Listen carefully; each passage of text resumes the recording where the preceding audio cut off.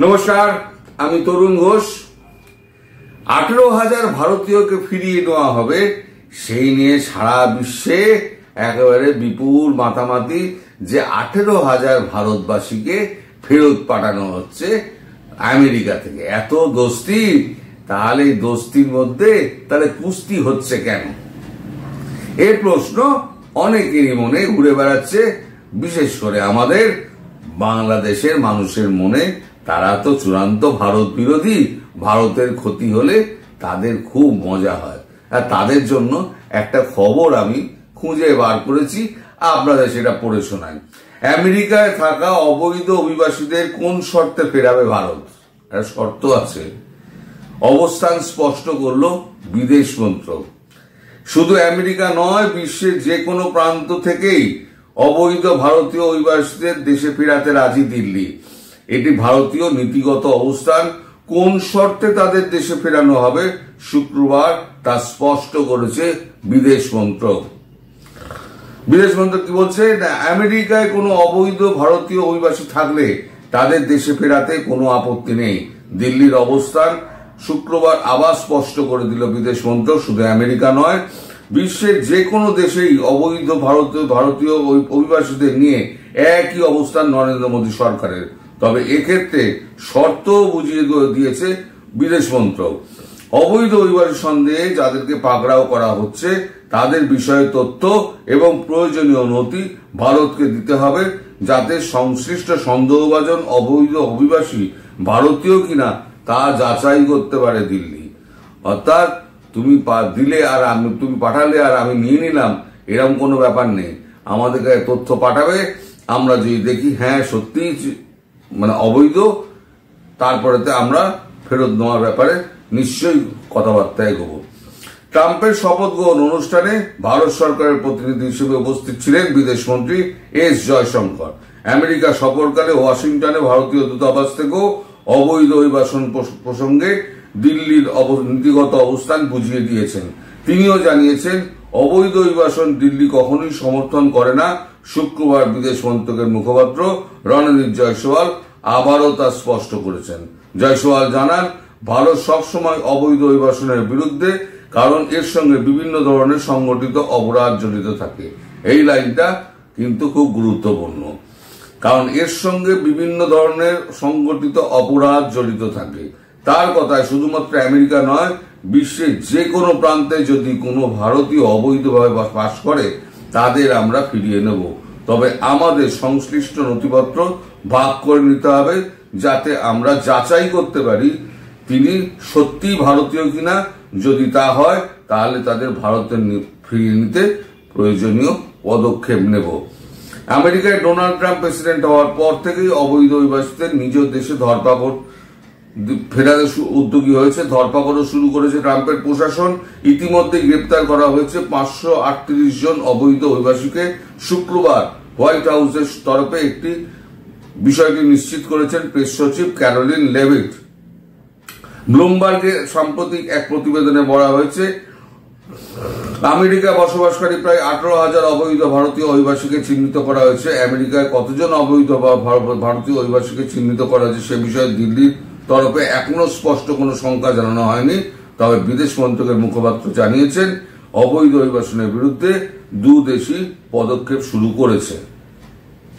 পরে জয়শঙ্কর ওয়াশিংটন থেকে জানান, অবৈধ যাতায়াত এবং অভিবাসনের তীব্র বিরোধিতা করেছে দিল্লি, কারণ যখনই একটি অবৈধ ঘটনা ঘটে তার সঙ্গে অনেক অবৈধ কার্যকলাপ জুড়ে যায়, যা দেশের সুনামের দিক থেকে কখনোই ভালো নয়। তবে কোনো অবৈধ অভিবাসীকে ফেরানোর ক্ষেত্রে ভারতীয় কিনা তা নিশ্চিত হওয়া প্রয়োজন বলে জানান জয়শঙ্কর। এখন ব্যাপারটা হচ্ছে, যেটা বললাম, যে এই ব্যাপারটা একটু ভালো করে নজরে রাখুন। সেটা হচ্ছে যে অপরাধী, সংশ্লিষ্ট অপরাধী যারা, এই যে আমাদের দেশে এই যে যত খালিস্তানি আছে, এই খালিস্তানি এরা সমস্ত গিয়ে আমেরিকায়, বিশেষ করে পান্নু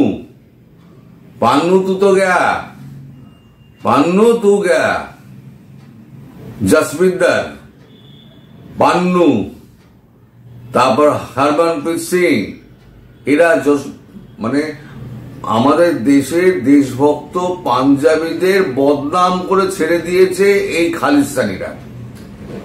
এদের খালিস্তান চাই। আর খালিস্তান চাই কোথায় বসে? না আমেরিকায় বসে, লন্ডনে বসে, আর কানাডাতে বসে। এখন ভারতের বক্তব্য হচ্ছে তারা সমস্ত ভারতের টাকা মেরে যারা পালিয়ে গেছে, কেউ নীরব মোদী, এরকম অনেক আছে, আরো অনেক আছে, আমার এই মুহূর্তে নাম মনে পড়ছে না, তারা সমস্ত টাকা পয়সা মেরে তারা মানে কেউ কেউ লন্ডন চলে গেছে, কেউ আমেরিকা চলে গেছে। খালিস্তানিরা সব নিজেদের মানে রাজনৈতিক শরণার্থী হিসেবে শরণ নিয়ে নিয়েছে আমেরিকাতে। তারা আমেরিকাতে নিউ ইয়র্কে আমেরিকান দূতাবাসের উপর বা ভারতীয় দূতাবাসের উপরে চড়াও হয়ে ভারতের পতাকা নিচে নামিয়ে তারা জ্বালিয়ে পুড়িয়ে দেয়। এটা যেমন আমেরিকাতে নিউ ইয়র্কে ঘটেছে, ওয়াশিংটন ডিসিতে ঘটেছে, তেমনি আমাদের লন্ডনেও ঘটেছে, লন্ডন এম্বাসিতেও ঘটেছে। এদের ব্যাপারে কিন্তু মানে আমেরিকা সরকার এবং আমাদের লন্ডন বা ইউকে সরকার কেউ কিন্তু একটা কথা বলেনি, কারণ তাদের বক্তব্য এটা হচ্ছে ফ্রি স্পিচ। ফ্রি স্পিচের নামে তুমি যা খুশি তাই করতে পারো। এখন কিছুদিন আগে একটা লন্ডনে একটা সিনেমা হলে ওই কঙ্গনা রানাওয়াতের একটা বই দেখানো হচ্ছিল ইন্দিরা গান্ধীর ওপরে, যে বইটা এমার্জেন্সি যেটা করা হয়েছে সেই সিনেমাটা দেখানো হচ্ছিল। সেখানে এক দল খালিস্তানি ঢুকে একেবারে হই হল্লা করতে করতে তারা সমস্ত হল থেকে দর্শকদের সমস্ত বার করে দেয়। বার করে দিয়ে তারা সিনেমা হল বন্ধ করে দেয়। পুলিশ গিয়ে শুধু বলল, প্রোটেকশন দিল যে না না দর্শক তোমরা বেরিয়ে যাও। আর যারা হামলা করেছিল তাদের একজনকেও অ্যারেস্ট করলো না। কেন করলো না? ওই এক ফ্রি স্পিচ, কথা বলার অধিকার। সময় সময় এদের সমস্ত মানবাধিকার জেগে ওঠে। এবার ভারত এই সুযোগটা নিয়েছে যে অভিবাসী তোমরা তাড়াবে, আমি 18,000 অভিবাসী ফিরিয়ে নেবো।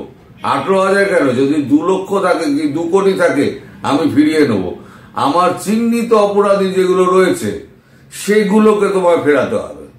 যদি সেগুলোকে তুমি না ফেরাও তাহলে পরে সাধারণ মানুষ ধরে তুমি যদি আমার কাছে ফেরত পাঠাতে চাও তাহলে কিন্তু আমি নেব না। একদম সোজাসুজি কথা। আমার চিহ্নিত অপরাধী যেগুলো খালিস্তানি আছে, যেগুলো ড্রাগ মাফিয়া আছে, যেগুলো খুন করে পালিয়ে গেছে, তাদেরকে চিহ্নিত করে তাদের সমস্ত ডিটেলস আমরা America, London, Canada, new York, new jersey যেখানে যা আছে সব জায়গায় আমরা পাঠিয়ে দেবো। তাদেরকে ফেরাতে হবে।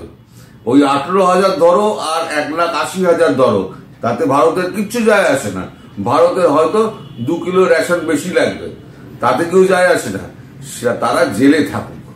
ভারত দীর্ঘদিন ধরে এই দাবিটা জানিয়ে আসছে যে অবৈধ কাজকর্ম করছে, ওরা অপরাধী, ওদেরকে ফেরত দেওয়া হোক। না আমেরিকা দিয়েছে, না ইউকে দিয়েছে, না কানাডা দিয়েছে, না ফ্রান্স দিয়েছে, কোনো দেশ দেয়নি। এবার যখন ভারতের কাছে অফার এসছে যে 18,000 আমরা ফেরত দেবো, ট্রাম্প বলেছেন, তখন এক কথায় জয়শঙ্করজি রাজি হয়ে গিয়েছেন। জয়শঙ্করজি বলেছেন ঠিক আছে, ডান, ডিল ডান। কিন্তু একটাই কথা, যে আমরা যে সমস্ত তালিকা দেব সেই তালিকা অনুযায়ী তাদেরকে ধরে ডিপোর্ট করতে হবে। সুতরাং 18,000 বলে যে চারদিকে রটানো হচ্ছে না, এই 18,000-এর পেছনের গল্পটা হচ্ছে এইটা। আসল অপরাধীগুলোকে ধরে ভারতবর্ষে আনা এবং ভারতবর্ষে তাদেরকে ল অ্যান্ড অর্ডারের আন্ডারে তাদেরকে ফেলে দেওয়া। তারপর তো বাটার তো আছেই, সেগুলো তো জন্য একেবারে সমস্ত এটিএস পেটিএস বসে আছে, তারা ব্যবস্থাটা পুরো বুঝে নেবে। এটা হচ্ছে আসল গল্প।